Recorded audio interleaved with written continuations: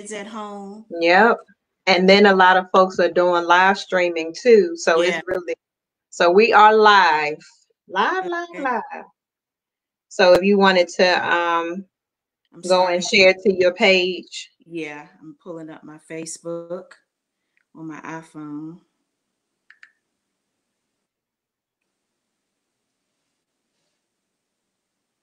There you go.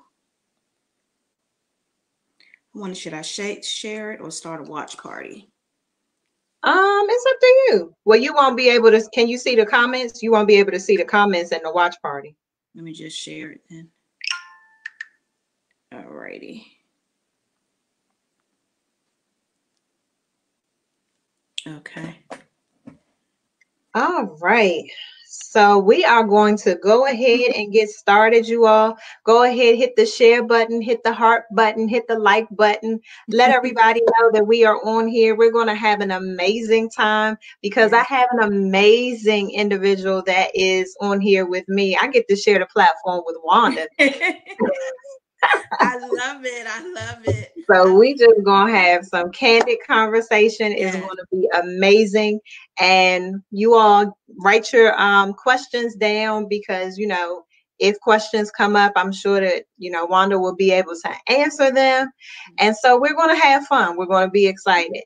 So again, for those who don't know me, my name is Keona Ellerbe, and I am your host for Hard Reset. A lot of you all may or may not, this may be your first time on here for Hard Reset, but over the weekend, God really dropped in my spirit reset. And so he kept saying it, kept saying reset, reset, reset, reset. And then when he dropped in my spirit, hard reset. And so I was like, God, what is it that you want me to be able to share with your people? And he's literally shifting the way that we're thinking about things right now. Yeah. He's Yes. literally has his finger on the reset button saying, you know what? Y'all not listening to me. Y'all done really messed this thing up. Let me start all the way over. So my goal for this is to be able to help you to mentally let her share who she is, and we're going to go from there. All right. Well, first of all, thank you so much, Kiana, for inviting me to be on this platform. It is truly an honor to share a platform with you. So, I am Wanda Briscoe, and my business is called Mariposa Enterprises, and I started it in June of 2018. And it was birth out of pain. It was birth out of pain. And for those who don't know what the word mariposa means, in Spanish, it means butterfly. Mm. So, and I've been known for butterflies since 1999 because that's when I got my first butterfly tattoo. So I have like multiple butterfly tattoos on me. And I just started believing in and studying what exactly is a butterfly, because at the time when I got my first tattoo, I was having some female issues to where I had to get an operation done, and then I was like, it felt like a rebirth. Mm-hmm. And so I just became like, I don't want to use the word obsessed, but just butterflies was everything to me. And then as God started showing me how that unfolded in the spiritual realm, I said, yeah, I got it. I got it now. Yeah. And I think we all go through some type of transformation. Mm-hmm. And if you read up on the butterfly and the beauty of it, going through the crystallization is not a beautiful process. It's a hard process. And actually it's where it has to be in a cocoon and it's dark in there. And there were so many times in my life where it was very dark. But then God had to show me and bring me out. And then that's who I am today, a butterfly. Wow.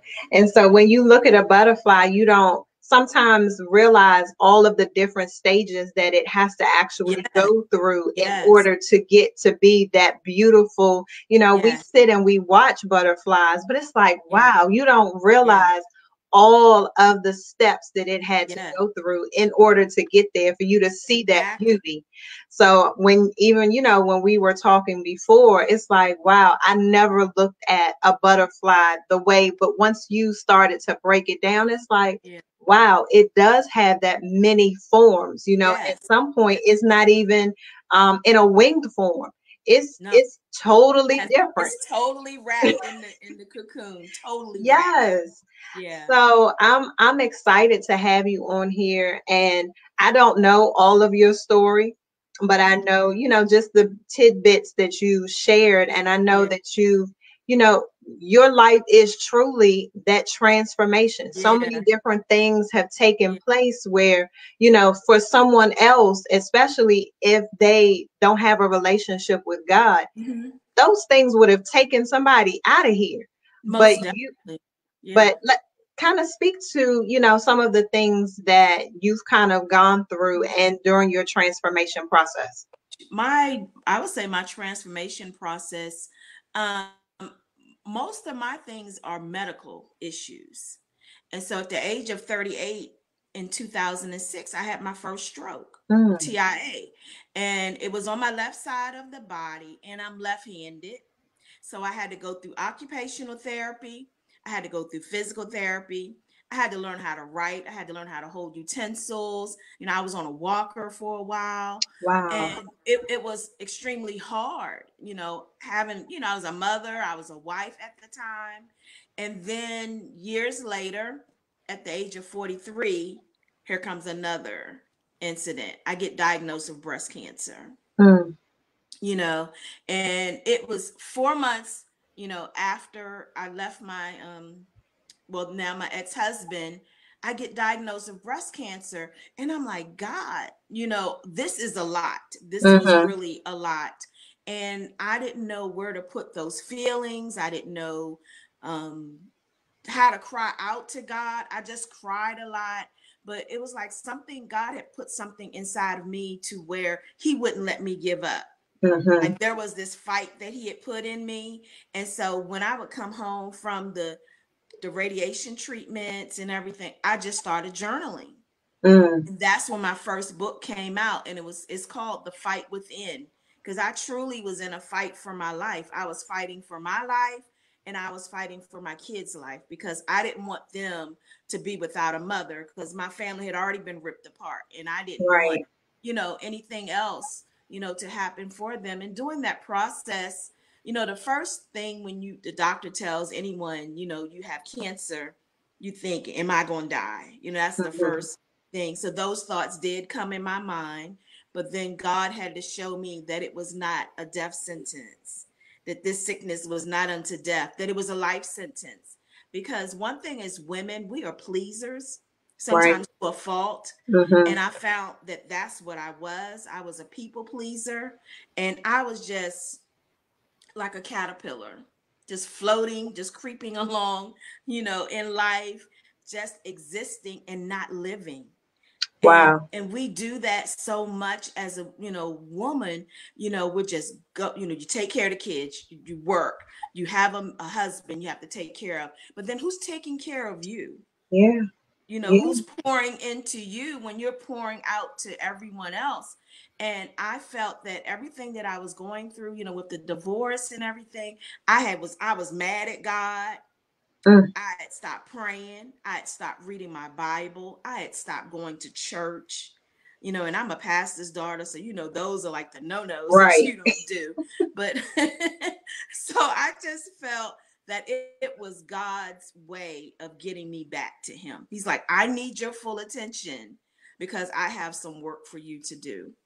So Mm, that was just so much pain from that. But out of that pain, God was working on me. God did a rebirth in me. He did a reset. He did a hard reset. mm-hmm. That's what he did. Yes. Yep. So you said, and I'm not taking my notes down, but you talked about, okay, so you had the stroke, Yeah. right? Then there was a divorce, and Yeah. then you had the breast cancer. Yes. And I'm sitting here, and because I don't know all of your story, but I'm like, wow. So Actually, you that was my truly second were divorce. Yeah. you were literally fighting for your life. Literally. Yes. I Yes. mean, in all areas. Yes. So there was you're a pastor's kid, and you're like, Yes. you know what? I'm not even going to go to church. I'm mad at God. How is Mad. he going to let me go through Yeah. all of this? I've been Yeah. praying. I've been I've been in church all my life, Mhm. and now this. This, yeah, because I'm the first in my family to be diagnosed with breast cancer. There is not a history of breast cancer. So it's like, well, where did it come from? And Mm-hmm. why did I get it? Of all people. It's like, God, I'm already going through something drastic already because this is my second divorce. Mm. So, that was already, hard, and, I was worried about what people in the church were going Yeah. to say and were saying, well, this is her second divorce. You know how people in the church can be, Mm-hmm. the Mm-hmm. deep saints, as I like to, the, call, the, the deep saints, and I was like, really, God, breast Wow. Whew. cancer, you know? But I mean, even in that, and these are not conversations that the church wants to talk about No, all the time. no, no, So even as you, I mean, I just got to chill because I'm like, God, these are things that the church won't talk about. they won't. So not only was there, one marriage, you had two. Too. So how, and as we're hitting this reset button, I Yeah. mean, literally, God is like, it's some stuff that we have to be able to talk about. It's some Yes, things that we can no longer, sweep under the rug because so exactly. many folks are struggling because they're like, well, who do I talk to? I can't go to the Mhm. church because then they're going to shame me. They're going to look at me as some type of way. They're going to be like, well, what happened? I mean, why Mm. is she doing this? Well, what's going on over there? Now you're judging as opposed to trying to figure out, well, how can I help this person? And the And there church is was, supposed to be the very place that mhm, you should go to yeah. and say, you know what? I need help. Yeah. And then in my first book, The Fight Within, it's very transparent. And I believe that's why it's still a sought after book today. And I Mhm. published that book in 2012. And what was so hard for me, and to me, it hurt me worse than the breast cancer, were some of the people in the church was saying that I got breast cancer because I had left my husband. To me, that was more hurtful than going through the 3 surgeries, going through radiation 33 times, my body being touched 3 times at each session. So my body has been touched 99 times by radiation. And Mm. for ministers who set their feet up under my table every weekend when I'm cooking and we was having parties and everything, basketball, football, whatever the occasion, and then when I leave my ex-husband, I hear nothing. No phone call for a prayer to say, Sister Wanda, we heard you had cancer. Can we just offer a prayer? I know you're going Yeah. through tough times. Or how about, can I bring you a cup of water? Or can I take you to a treatment? Mm. But these are ministers, and some were pastors that I saw every weekend. And that, to me, that was harder to deal with the cancer, because with the cancer, the surgeries, after all the surgeries, they got the tumor out and everything, and then I had to be on cancer medication for Right. 5 years. But there was something that I could take. But what can you take for emotional pain? What can you take for spiritual pain? Mm. There's nothing that you can take. Nothing. Yeah. So that's when you have to go to God and get in the face of God and say, God, I need you. Mm-hmm. You said you would never leave me nor forsake me. Everyone else has left me Mm-hmm. that I thought that would be there for me. So I need you, God. And during those tough times, whatever you're going through in your life, one thing it will show you, and I've said this, I say this all the time: people will support you until it's time to support you. Absolutely. And when you're a people pleaser and having to go through that really shook me. Mm-hmm. There was, you deal with mental issues, things creep in your mind when you're going through cancer, especially breast cancer. You feel less than a woman. Mm-hmm. Your self-esteem plummets, and you look at yourself like, because you see commercials on the TV, all these lingerie commercials and Right. everything, and then parts of you have been taken away, so you struggle with that. but who can you turn to? Who's there to talk to? You can't go to the church. It says, call, if there's any sick among you, call for the elders of the church. You may not be sick physically, you could be sick emotionally and spiritually. Right. But how could I call for the elders of the church when the elders of the church were saying, I got breast cancer because I left my husband? And what scripture did they find that in? I'm curious. It's, Did you know, you find it? It's this Bible called Made Up Bible. Oh, okay. Yeah, Okay. part, That one? that part. Okay. Yes, Because that I one. was just trying to Yeah. figure out maybe, I don't know all of what's going on in the Bible. Maybe I Yeah. kind of missed that one. Yeah, because I know there is a Message translation, New Yes, Living yes, Translation. I'm like, I yes. don't remember seeing that part. Yeah, Yeah, so you can miss me no. with that part. Yeah. Yes, you can miss me with that one. But even through all of that, you went through all of that, you I wrote went, your book. yes. So even as I'm listening to you and and folks are, oh my gosh, woe is me, I'm out here, without a job right now. Woe is me. Woe is you. Woe is you. So if you're looking at someone's story, you went through all of that and said, you know what? I Yeah. still have to be able to tell someone how to get through this. I Yes. still have to be able to mentally, even though Yeah. the folks that I thought were supposed to be there for me, put me on the back burner. Yeah. Now, okay, I'm going to get before God's face. He's giving me a strategy to now you're starting a business, you Yeah. have a book, you have your testimony for someone else. Yes. And so there's no excuse. None. There's There's no no excuse. excuse. All this time that people are sitting home, writing, if you write in your journal at least 15 minutes a day, or Hmm. maybe 15 minutes twice a day, that can add up to a Yeah. book. Because my book, this book here, The Fight Within, Hmm. this is my journal. This is almost word for word from my journal, except the educational information that I put in there on breast cancer and everything. And I just came home every day from my radiation treatments because I was so weak. All I could do was get in the bed and write, and that's all I did. So for people that are sitting home through this virus, right, everyone has a story in them. Hmm. Everyone has a story. And you may think, well, I'm not going to tell this story because it's already been told, but it's your story. Your Yeah. story is personal. And Hmm. I never thought that, when I started giving breast cancer speeches, I just started giving at my dad's church, and I gave them at a church in Atlanta. And then one year when I gave it at my dad's church, the minister there, he said, "So Wanda, when is your book coming out?" Hmm. And I laughed at him. I said, "This is my journal. This isn't a book."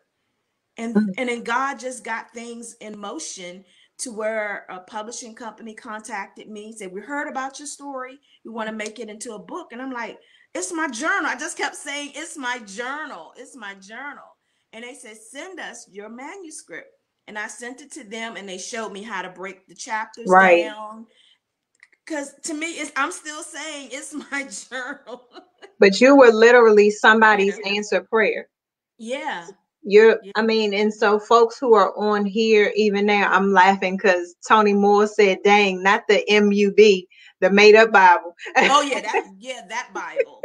Yeah, that Bible.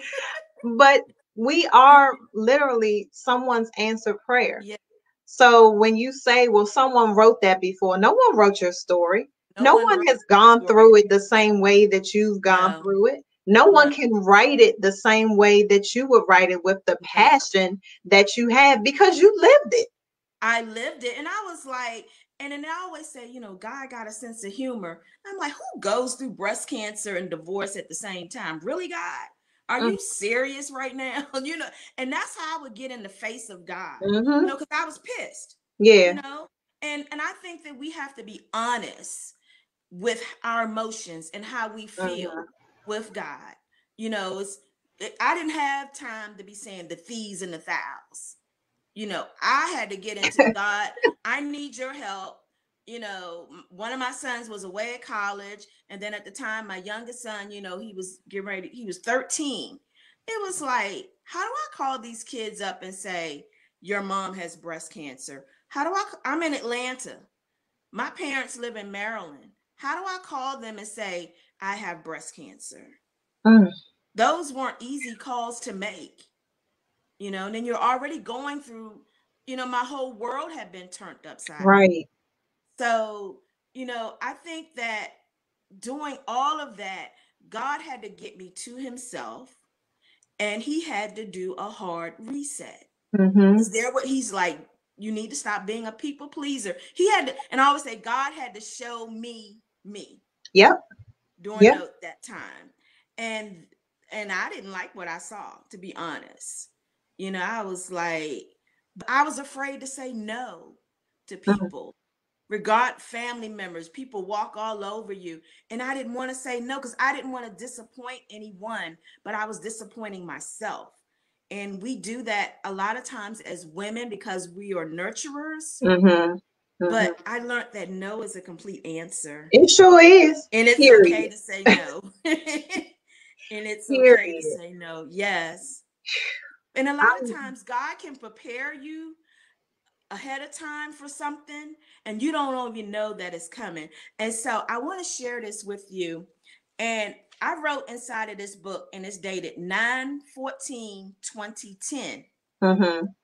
I was diagnosed with breast cancer January 19th, 2011. So do that math. 4 months. This book here. Mm-hmm.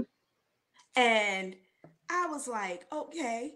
And the one page I folded out of all that time, excuse me, is chapter 6. And it says, life is simply holding a good hand. Life is playing a poor hand well. Now, why did God have me highlight that and fold it 4 months before I had breast cancer? Mm. He already knew. He already knew. And that's the one good thing about God. When you're in tune with him, he'll begin to, like you said, he'll begin to prepare you even before you realize that you're being Yeah. prepared for a test. And And it does so that. it's like, okay, by the time you get through the test, it's like, God, you funny because you Yes, knew that that was getting ready to come up. And it's almost like exactly. it strengthens your inner man because you begin to harden down, not Mm-hmm. harden your heart, but you Mm-hmm. begin to harden those areas where you're like, okay, no is a complete sentence. Yes. I know I have to be able to do X, Y, and Z. I don't know, God, what it is that you're doing right now, but I feel you doing something. So I know that a test at some point is going to show up, Yeah. but you just don't know what's going to show up. And I didn't know it'd be that kind of test. Yeah, I didn't know it was be the advanced college test. that was a sure enough. That wasn't AP. That was that you was working on your PhD with that one. Yeah. And it's like going through it fine. Went through the breast cancer journey. And, when the first book came out, I was still, I moved to Atlanta in 91 from Okay. Maryland. And I stayed 25 years. I didn't come back to Maryland until June of 2016. Wow. So for the last, like from 2014 to 2016, almost for 2 years, I was driving back and forth twice a month to Maryland, giving speeches on this book here, The Fight Within, at book signings, speaking at conferences. And so during that time, I came in contact with some people at Calvert County Hospital, Mm-hmm. Calvert County, Maryland. And because I just went on and got an oncologist since I was just coming back and forth so much. And they told me about a program called SOS, which stands for Survivors Offering Support. And they felt that I would be a good fit. So I started, with the program. And what it is you mentor newly diagnosed breast cancer patients, Mm-hmm. and they pair you up with someone who they feel is a good fit. And so I'm still living in Atlanta, but each time I would come here, I'm mentoring someone. So that's twice a month. And that program was in effect for almost 4 years until it didn't get funding for that last year. And so at the time, I'm like, okay, so the program is ending. People still need help. They Mm-hmm. still need mentoring. who's going to help these people? Right. So that's how Mariposa Enterprises was birthed, because I was like, someone still has to help these people. I had to receive formal training. It was an intense program that we had to, because you had to be careful with what you're telling these people. You couldn't insert your beliefs, Right. Right. into what, they're saying. And so it was an intense program. I had to get certification, through the program and everything. And I said, okay, what's next? What's next? And that's when Mariposa Enterprises was birthed. And what my company does is I assist people through their entire cancer journey. Okay. The beginning, the middle, the treatments, the diagnose, and the ending, and their families. Because a lot of times when you're going through any life-threatening disease, your family doesn't know how to help you. Mm-hmm. They don't know what to say to you, and they can say some hurtful things. And so I wrote about a lot of those things in my first book. So that's why it's real transparent. I remember someone saying to me, well, you're lucky because the doctors caught your cancer early. So I wrote in my book, how can I be lucky if I have cancer and you don't? That's how I was mad. So that was one of them moments. And I wrote Like, it I'm in the gonna book. tell you. Yeah. Wow. And you have to educate people on things to say and things to Right. not say. So that's what my company does. Educate you on things to say, things to not say. If that person has children, how can you help them with the kids? Because the mother, most of my clients are women. Mm-hmm. The mother, she don't know no homework. She ain't thinking about math. She's not Right. thinking about any of that. Her mind is going 1,000 miles an hour. She's worried about, how did I get this illness? How am I going to get through the day? Do I help the health insurance aspect? If you have to take cancer medication, well, how much is it? Because yes, I'm a federal worker, but I had my co-pays, with the medication, because Mm-hmm. you have to take it every day for 5 years. Every day for 5 years. Even And after. no, and then after your 5 years, which mine was on June the 4th on 2016, then I got released to where I didn't have to take it anymore. But if you don't have health insurance, that's why I think cancer is a business. That's just my um my own 2 cent. It can range from 300 to 400 and up dollars a month to where you're going to have to come out your pocket to pay for this cancer medication that you have to take every day for 5 years. So when my doctor released me in June of 2016 from my 5 year journey, about a month later, then these new reports come out saying now women have to take it for 10 years. So I missed that mark. But to me, the percentage only went up a couple percent for survival rate. So why 10 years? Right. Because it's Right. about money. It's a money making business. And, and I have to be frank, some of these women had to make decisions that I mentored. Do I pay my rent? Do I pay Right. my bills? Or do I get this medication? These are hard decisions and real decisions that people are out here Mm. making every day that you don't Wow. hear about, that the church doesn't talk about. And so you got women who are kind of lost and trying to find their way. But I'm just glad that I can be a sounding board. They know they can call and ask me anything. Their families can call and ask me anything. If they need me to go to a treatment, I go with them.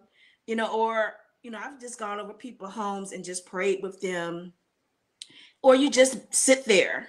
Sometimes they just need someone to sit Right. there and them Mm. then just not say anything. And I'm just grateful, it's when I was diagnosed with breast cancer, one thing my father said to me, he said, breast cancer didn't happen to you, breast cancer happened for you. Mm. And it did. It Mm. happened for me to help other people, because there was no one else in my mind. When I was at the cancer center getting treatments, I didn't see people that looked like me. Wow. I was the only woman of color in there. I was the only young person. But if the statistics are saying that 1 in 8 women are diagnosed with breast cancer, Mm. statistics are saying white women get breast cancer more than black women, but we die more from it. Then where were we? Right. There, I didn't see anyone look like me. And then I found out that we have to be careful with our silent prayers because God will put you on Front Street. Mm-hmm. Because my silent prayer was, God, I don't see anyone that looks like me. Make me the face of breast cancer. Well, I tell you what, he heard that prayer. He heard that prayer and He his was like, "Oh, wisdom I got told something for you. Don't worry about it. We're gonna fix that." yeah, he said, I got you, little girl. You want to pray it silently, but I'm going to put you on public display. And But that's what he that's did. that's amazing. I mean, Yeah. I mean, until you actually said that. I mean, Yeah. where were the folks that look like you? If those are the statistics, then Yeah. what's going on? And then Those are why aren't other programs, available for just like us. you're doing what you're doing, but it's Yeah. just you doing that. Yeah. So where are the other programs that can assist individuals Yeah. through that process? I didn't even know anything. October is Breast Cancer Awareness Month. Of course, I didn't know anyone had breast cancer. To me, it wasn't no big deal. Mm-hmm. No. And then when I started reading up, I'm like, okay, well, I don't see many of us being advertised, during that month. And where are the programs out here to educate our community who is the one that is being disproportionately, you know, hurt by this disease? Where are we? Mm-hmm. And Mm-hmm. and I didn't see that. So that's when I started praying that silent prayer. God, let me be the face of breast cancer. But I didn't know that he meant it literally. Yeah, he did. He sure did. And see, But it it was sounds great. like you need a team of folks. Like there's some other I people do. that need to be able to team up with you because you can't do it all by yourself. No. I'm sure plenty of women that need help.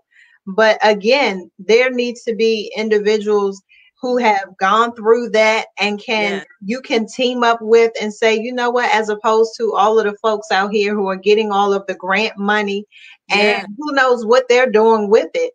But we Mhm. know that you're actually out here doing the work where Yeah. you're sitting with them, you're praying with them, you're helping them get through this process, Yeah. sharing with them, things that other Mhm. people may not share. One, that's just who you are. But then Mhm. two, being transparent and honest about, you know, I'm sure there were days where you were like, I just don't feel like it. There were a I lot of don't days, want especially going through the radiation because that weakens your body.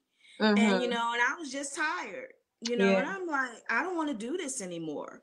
I didn't want to take the treatments anymore. Mm. And a lot of times, after that, people would always call me, Wanda, I need you to pray for me. I need you to do this.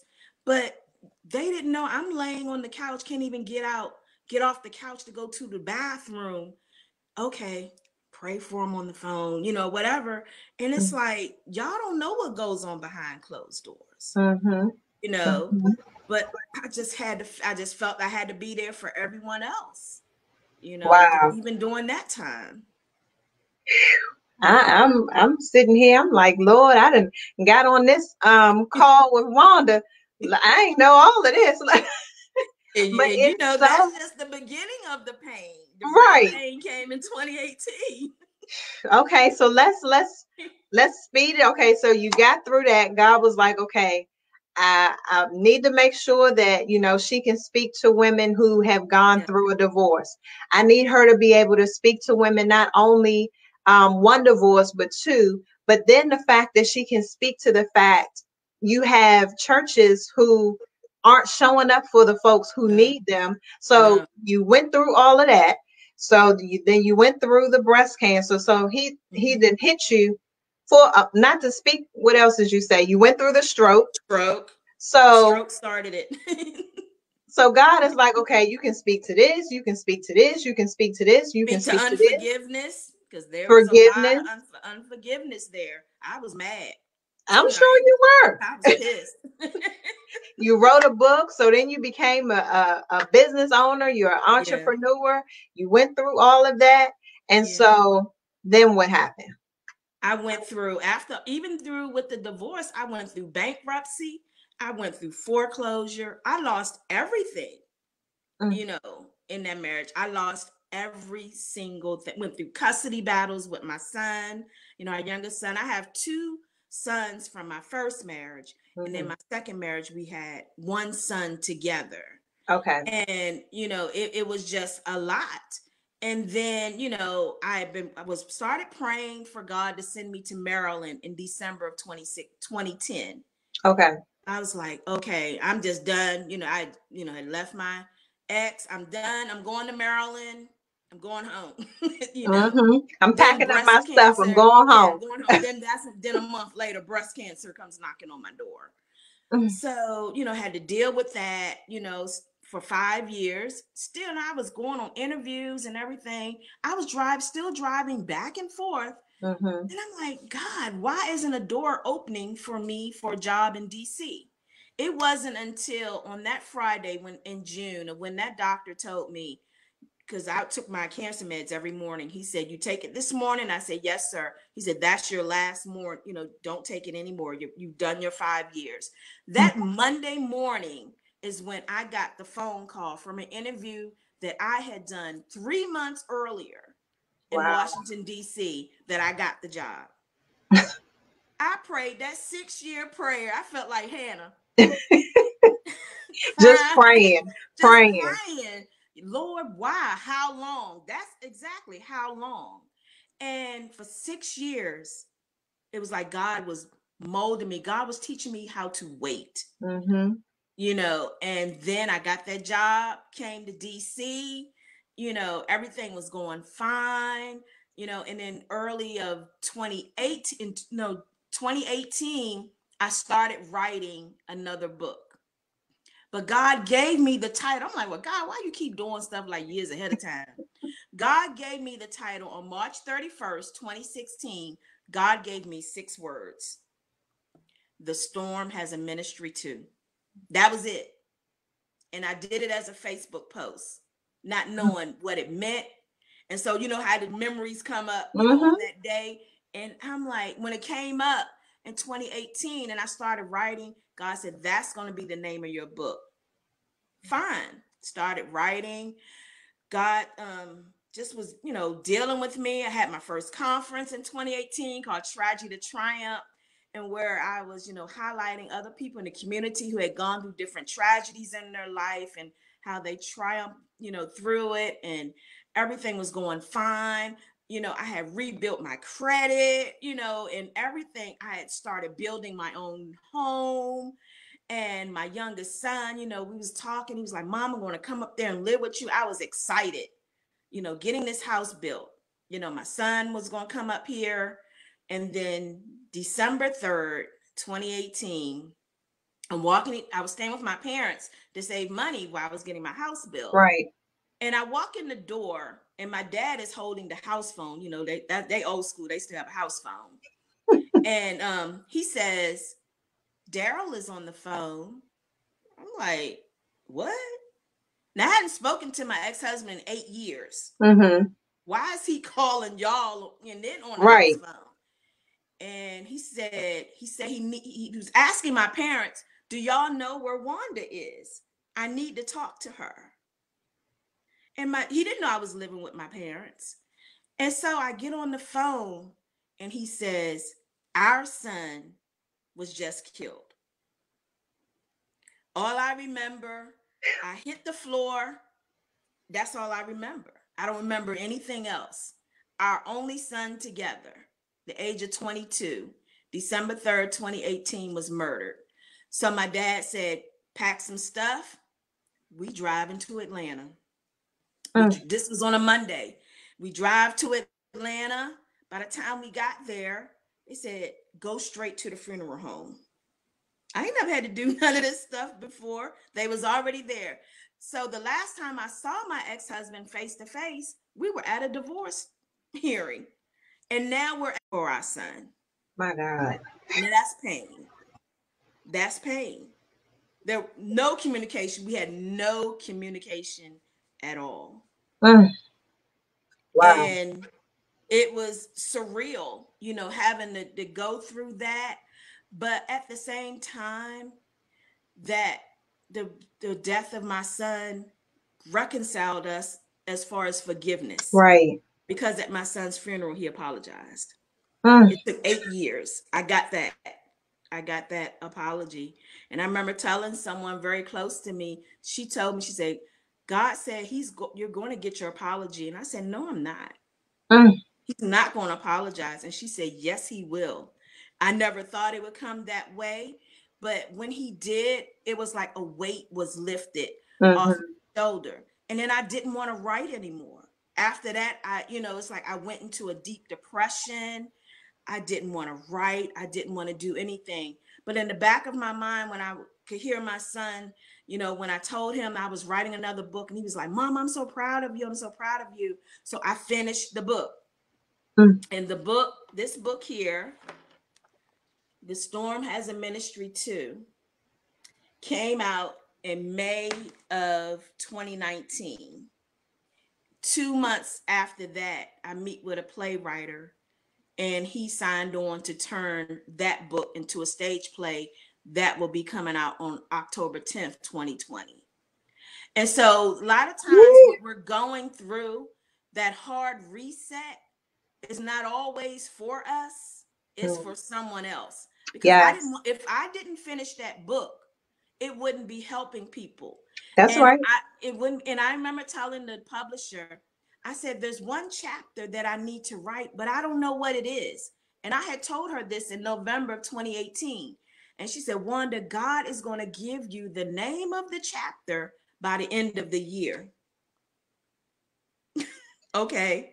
And then the next month, my son get killed. And then so my book is talking about storms that we go through in life, different storms, and how God brings you out through those storms. And when I started writing the last chapter, been murdered. Right. And then in the church, we don't have counseling. So at my job, the federal government, they was like, well, EAP gives you 6 free sessions, but after that, what am I supposed to do? Right. And then I'm going through the spiritual. God, I'm doing everything right. I'm doing everything. I'm living for you. I gave you my full yes. Because I have a chapter in the book called Is My Yes Negotiable? And I'm like, God, I gave you my full yes. Why my son? There's plenty other, and I had this talk with God. There's plenty other kids or plenty other people out here who are doing any and everything that I felt that could have been taken. Right. But why my son? And why our only child together? So you'd have cut off a generation. Right. Because there's no last name to carry. So the last chapter is called A Tsunami Called Grief. Because a tsunami is not a regular storm. No, it's not. And I was very frank in that chapter about how I felt. But it's like everything, my son was my so-called manager per se. Everything I did, every business thing I did, I would run it by him. What you think of this? Because he was a music producer. Okay. What do you think about this? And do you think this is the good fit for me? And we would talk about Mariposa Enterprises. And it was like, well, what am I supposed to do now? How do I make these decisions now? Right. And I had to boss up in a way. I had to learn how to know which contracts are good for me, which things I should take. Because every open door, is not a door that's opened by God. Absolutely. I had to learn that. So you can't say yes to everything that is presented to you, because all assignments aren't for you. And I had to learn that. And a lot of things that me and him had talked about, what I wanted to do in business. I talked about, maybe one day I would be on the radio. And then now I host my own radio show. Right. Never would have, that's just something we just talked about. And it's like God had to hit that hard reset. But I'm like, Jesus, this pain. God, you got to reset me like that. Wow. That, I mean, yeah, that was truly a hard That reset. was a hard reset. Yeah. But even now, Yeah. look at you now. Yeah. Look at the butterfly. Yeah. Look at the Yeah. butterfly now, being Yeah. able to pour into so many lives, not just Mhm. women's lives, but Yeah. individuals' lives Mhm. who are Yeah. just, who have been going through something or don't Mhm. know who to turn to or feel shamed for what is this person going to think. Mhm. You've given them that opportunity to Yeah. say, don't worry about what anyone else is thinking. Still be able to go to someone and Yeah. Pour pour out. out how you're feeling as opposed to sitting in a room in a Yeah. sunken place. Mhm. What to do, Yeah. be able to share. And I'm so thankful for you. I'm thankful that you share your story. I'm Mhm. thankful that you're transparent and you're Yeah. open, because so many people who have gone through things don't want to tell their story. But if we are overcome by our testimonies, then how is it that Yeah. you want this, but then you don't want to share? Exactly. Exactly. And even my primary care doctor, because I had sunken into a deep depression, and we went through, she was like, okay, so tell me everything you've gone through in your adult life. So we started, the first marriage, I was 20, Hmm. and all up to, the death of my son. I was 50. She said, do you know that your entire life has been filled with nothing but trauma? And then that was something, I had to really think, Hmm. like, wow. But God still kept me, He sure did. through it. And she said, it has to be something that's deeper that's keeping you. She said, because other people would be in a mental institution, Sure enough, somewhere. and I was, and it's like you don't think about sometimes how far God has brought you, or how far God has kept you, until someone like puts it in your face like Hmm. that. And I was like, you're right. And it's like I had to start praying every day. God, and I still pray, God, keep me in my right mind. Hmm. Keep Hmm. me in my right mind. Because those, we still have a murder trial to go through. They've captured the 4 people who killed my son, but we still have a murder trial to go through. And I'm like, God, just keep me in my right mind. And then it's like now I'm involved with an organization called Moms Demand Action for Gun Sense in America. And they use the same model as MAD. Okay. And it's over 6 million people in this organization, and helping other mothers through gun violence. And a couple months ago, I was named the Faith and Outreach Team Lead for the St. Mary's County chapter. And it's like God has now bringing me other women that have had their children be gunned down of gun violence. And it's like our own little sorority, I guess, that Hmm. and I'm like, I've always wanted to go to college, but when I graduated from high school, I went to the federal government. And when I got breast cancer, I became a part of the pink community. Hmm. But never in a million years would I have thought that I would become a part of and I'm called what they consider a gun survivor, Mm. as my son was killed. He was murdered, by a gun. So it's like different terminologies. Just like I had to learn terminologies in dealing with breast cancer, it's like I have to learn new terminologies in dealing with gun violence. But you were And talking yeah, about, I'm sorry, I didn't mean to cut go you off, ahead. but you were even talking about, wanting to go to get your degree. But it's like, even with a degree, the information that you now have, folks with a degree wouldn't even know that. No, this So is all you're life able experience. to, right? I mean, survival, but then you're helping individuals with Yeah, breast cancer. You're helping individuals who have lost, a child with gun violence. You're yeah. not going to learn that at anybody's university. No, no. And then also you have to what I learned is that there needs to be more communication with the church, because as far as like counseling, especially with gun violence, a lot of people, they'll go to the church for premarital counseling. Right. They offer that, but there wasn't any counseling for how do you get through that when you have people, the deep saints, weeping may endure for a night, but joy cometh in the morning. Yeah, I do know that. Right. But the day after my son was killed, that was not my morning. And it's Mm-mm. still not my morning. And, Mm. and then one thing I learned, I went through grief counseling and everything. And there was like, there's no time frame to grieve. Mm-hmm. But I was caught in this box because some people were saying, well, it's been 6 months. She should be over it. No, I'm not over this. Mm. So it's like I had to learn that grief is a process. You don't, let it keep you in the bed or, want Right. to harm you, because that was my child. I carried him for 9 months. So no, I'm not going to forget, about him in 6 months or so. So I had to learn, even to help grieving mothers. They'll inbox me, we heard you speak at this place or that place. Thank you for standing up for us, because I could have never gotten up and spoke in front of people. And Wow. I'm like, God, why you be giving me all this hard stuff? Because he know you can handle it. He built you forward tough, like forward tough. He knows that you can handle it. He knows without a shadow of a doubt that you can handle it. And Yes. those women that are going to Yeah. come to you and men that are going to come to you know that you are there and you're coming from a pure place. But yeah. You're not coming from a place of, oh, I want Yeah. something. No, you want to see them through Yeah. it. You want to see them whole again. You want to Yeah. see them in a place where they can eventually do what you're doing to be able to help somebody Yeah. else. Because even Woo! through the breast cancer journey, there was a lot of unforgiveness there. And I've always been an avid reader.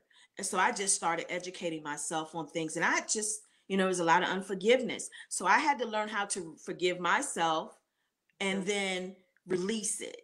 Yeah. And so when I started reading like different holistic reports, and like your Cancer Centers of America, they are wonderful.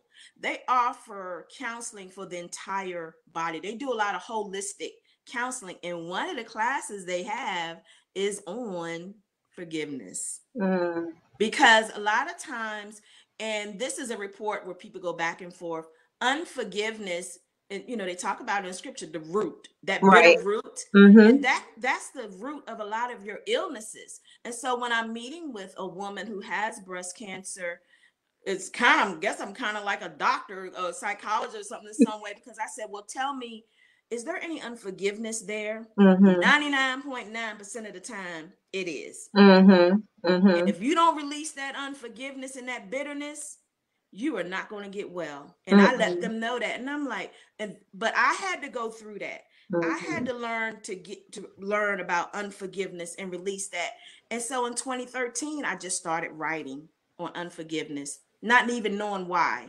And then a friend of mine, she had read an article in the Essence magazine, and she sent me a link to a lady that was looking for people to collaborate on a book. So I Mm-hmm. filled out the application, didn't think nothing of it. Next thing I know, I get an email and say, Wanda Briscoe, you've been chosen for this collaboration book, something like a chicken soup of the soul, but it was Mm-hmm. inspirational. And it was called The Art of Activation. Everybody had to write a chapter. Guess what my chapter was called? What? Using the Power of Forgiveness. But God had me write that in 2013, and the book came out in 2014.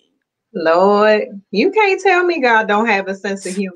He You can't does. tell me that He he don't have a does. sense He of humor, but he does. prepares us so He well. prepared, He's and a it's good I was father. at he's a good father, and so many resets.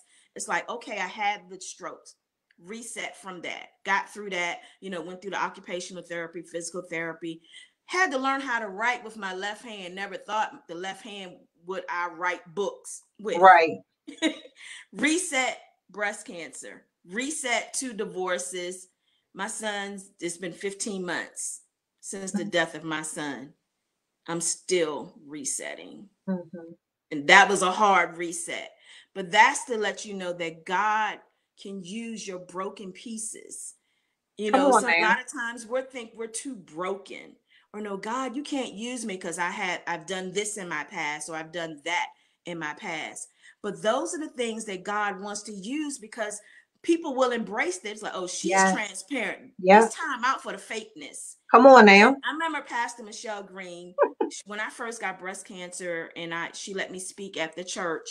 And she's told me, she said, Wanda, she said, your misery is going to bring about a ministry. Never knew, never understood it till now. And the publisher of the book, this book here, The Fight Within, when it first came out, she said, your pain is going to write you checks. Your pain is going to Well, write you checks. I'm still getting checks. and you're going to keep getting checks, Yes. and they're going to keep getting bigger, and you're Yeah. going to have a team of folks that are Yeah. going to be with you, because you're just so amazing. I mean, at everything you do. And again, I didn't know, because when I reached out, I wanted to make sure that these sessions were going to be conversation and just candid and openness. Yeah. So we didn't sit and have, a No, we didn't. conversation about any of No. this. This is just us getting on here to talk. Yes.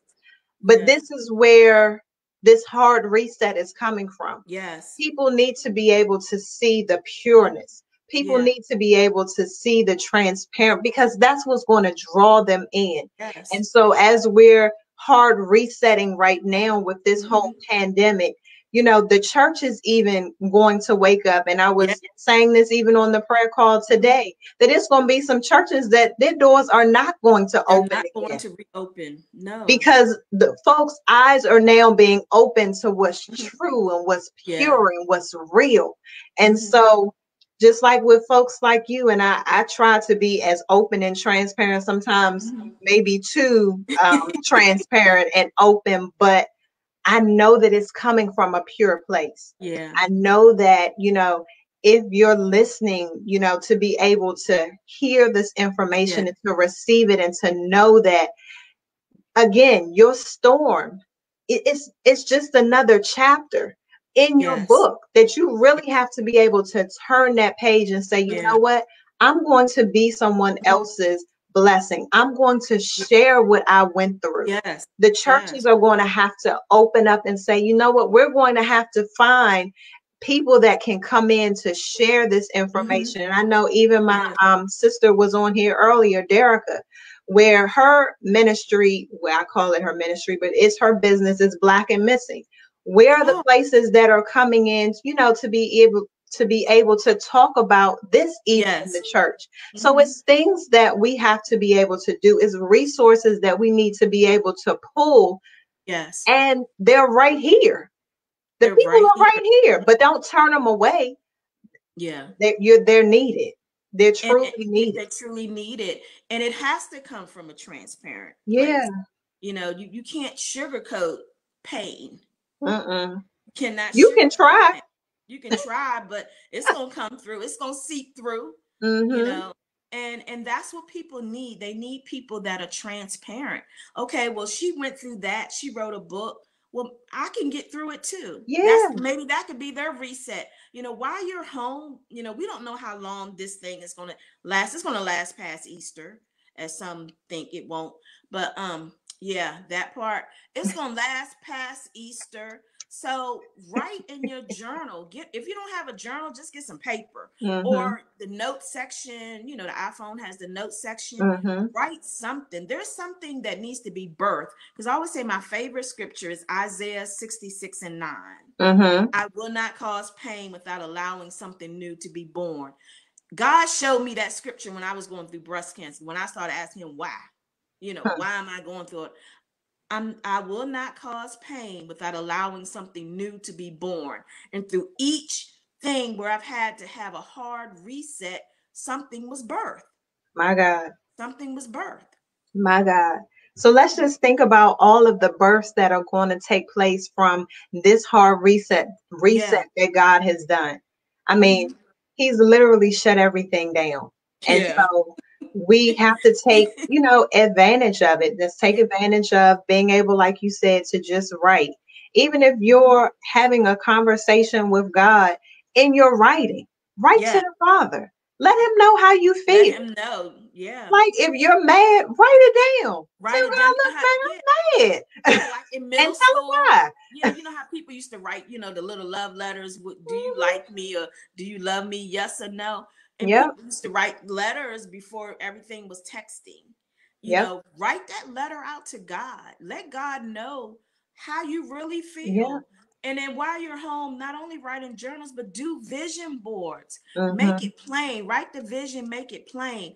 I have things on my vision board from 2014, 2015. When I started, looking for jobs in DC, I put a date Mm-hmm.